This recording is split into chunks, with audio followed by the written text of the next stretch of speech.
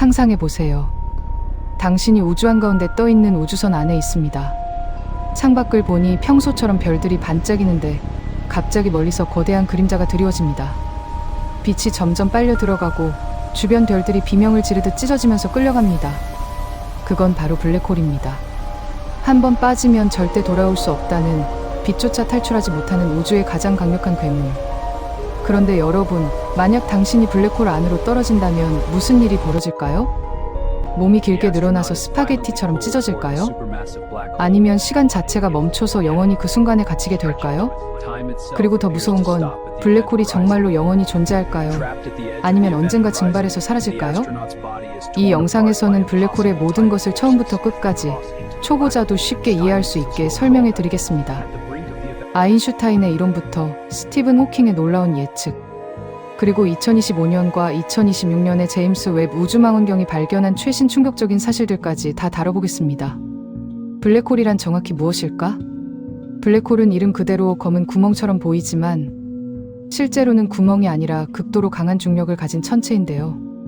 이 중력이 너무 세서 빛의 속도보다 빠르게 탈출할 수 없기 때문에 우리 눈에 검게 보이는 거죠. 이 개념은 1915년 알베르트 아인슈타인이 발표한 일반 상대성 이론에서 시작됐는데요.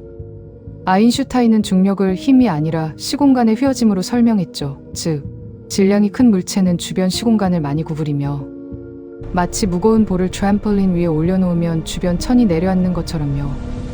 별이나 행성처럼 질량이 크면 클수록 이 휘어짐이 강해지죠.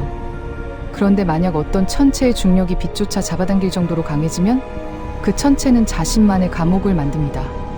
그 감옥의 경계가 바로 사건의 지평선입니다. 사건의 지평선을 한번 넘으면 빛도 물질도 영원히 빠져나올 수 없습니다. 마치 폭포 위에서 물살을 거슬러 올라가려는 것처럼 불가능하죠. 폭포를 넘는 순간 당신은 무조건 아래로 떨어지게 되죠. 블랙홀도 똑같은데요. 블랙홀의 중심에는 특이점 싱귤레리티라는 곳이 있습니다. 여기서는 모든 물질이 무한한 밀도로 압축되고 중력은 무한대가 되며 공간과 시간의 개념 자체가 무너지죠. 과학자들이 아직도 여기서 물리법칙이 어떻게 적용되나 라고 머리를 싸매는 부분입니다. 간단한 비유로 설명하자면 블랙홀은 우주의 청소기인데요. 주변의 모든 것을 빨아들이지만 한번 들어간 건 절대 뱉어내지 않죠. 하지만 정말 그럴까요? 나중에 호킹의 이론에서 다시 이야기해보겠습니다. 그럼 어떻게 블랙홀이란 아이디어가 나왔을까? 블랙홀에 대한 생각은 생각보다 오래됐는데요. 1783년 영국 과학자 존 미첼이 이미 너무 무거운 별은 빛을 가둘 수 있다고 제안했죠. 하지만 제대로 된 수학적 기반은 20세기였는데요. 1916년 독일 천문학자 칼 슈바르츠실트가 아인슈타인의 방정식을 풀면서 슈바르츠실트 반경을 계산했습니다. 이 반경 안으로 들어가면 블랙홀이 된다는 거였죠. 예를 들어 태양 질량의 블랙홀이라면 반경은 약 3km 정도 된다고 예측했죠. 또한 1960년대에 존 휠러가 블랙홀이라는 이름을 붙였고 1970년대부터 실제 관측이 시작됐습니다. 1971년 100조짜리 X1이 최초 후보로 지목됐죠. X선을 강하게 방출하는 쌍성계에서 동반 별을 빨아들이는 보이지 않는 무거운 천체였습니다. 그리고 2019년 인류 역사상 최초로 블랙홀의 실제 사진을 촬영했는데요. Event Horizon Telescope EHT 프로젝트로 M87 은하 중심의 초대 질량 블랙홀을 촬영한 거죠. 오렌지색 도넛 모양으로 보이는 그 유명한 이미지, 그 후 우리 은하 중심 사지타리우스 A도 사진으로 확인됐죠. 이 사진들은 단순한 이미지가 아니었으며 아인슈타인의 이론이 수십억 광년 떨어진 곳에서도 정확하다는 증거였습니다. 그럼 블랙홀은 어떻게 만들어질까요? 대부분의 블랙홀은 별의 죽음으로 태어나는데요.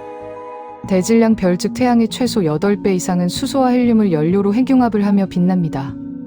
하지만 연료가 다 떨어지면 핵융합 압력이 중력을 이기지 못합니다. 별은 급격히 수축하다가 초신성 폭발을 일으키죠.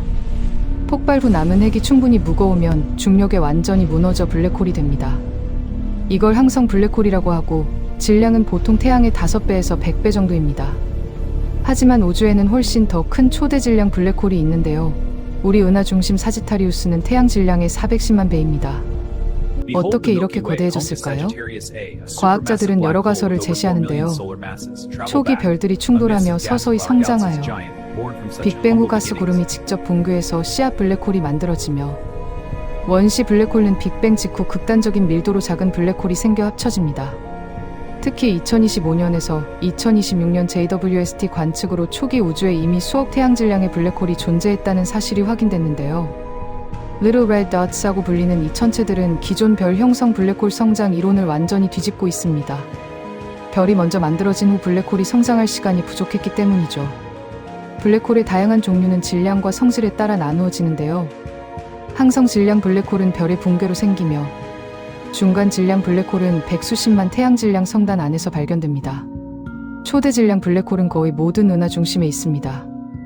회전 블랙홀은 회전하면 사건의 지평선 밖에 인과율이 복잡한 영역이 생기며 이론상 에너지를 추출할 수도 있습니다. 대전 블랙홀은 전기를 띈 경우지만 매우 드뭅니다. 2025년에는 방랑 블랙홀이 별을 찢는 장면도 관측됐는데요. 두 개의 초대 질량 블랙홀이 한 은하에 공존하는 경우도 발견됐죠. 블랙홀은 주변 가스와 먼지를 빨아들이며 강착 원반을 만드는데요. 이 디스크 안에서는 물질들이 엄청난 속도로 회전하며 마찰열로 밝게 빛나고 X선과 강력한 Z를 뿜어냅니다. 이 현상이 퀘이사의 에너지원인데요.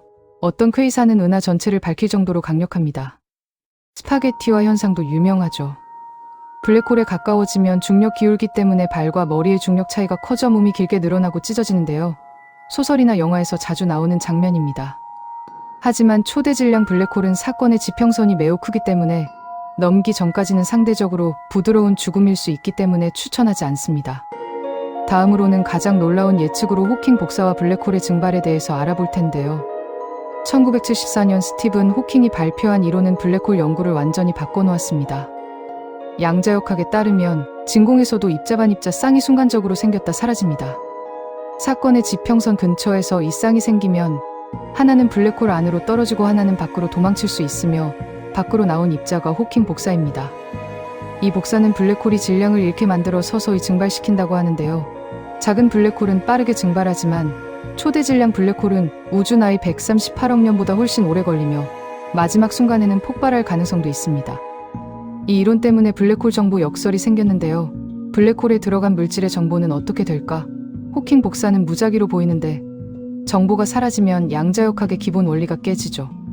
최근 Holographic Principle과 Entanglement Island 개념으로 해결의 실마리가 보이고 있지만 아직 완전한 답은 없습니다. 2015년 LIGO가 처음 검출한 중력파는 두 블랙홀이 합쳐지면서 시공간을 흔든 신호였는데요. 이후 수십 건의 충돌이 관측됐고 2025년도에서 2026년에도 강력한 신호들이 포착됐습니다.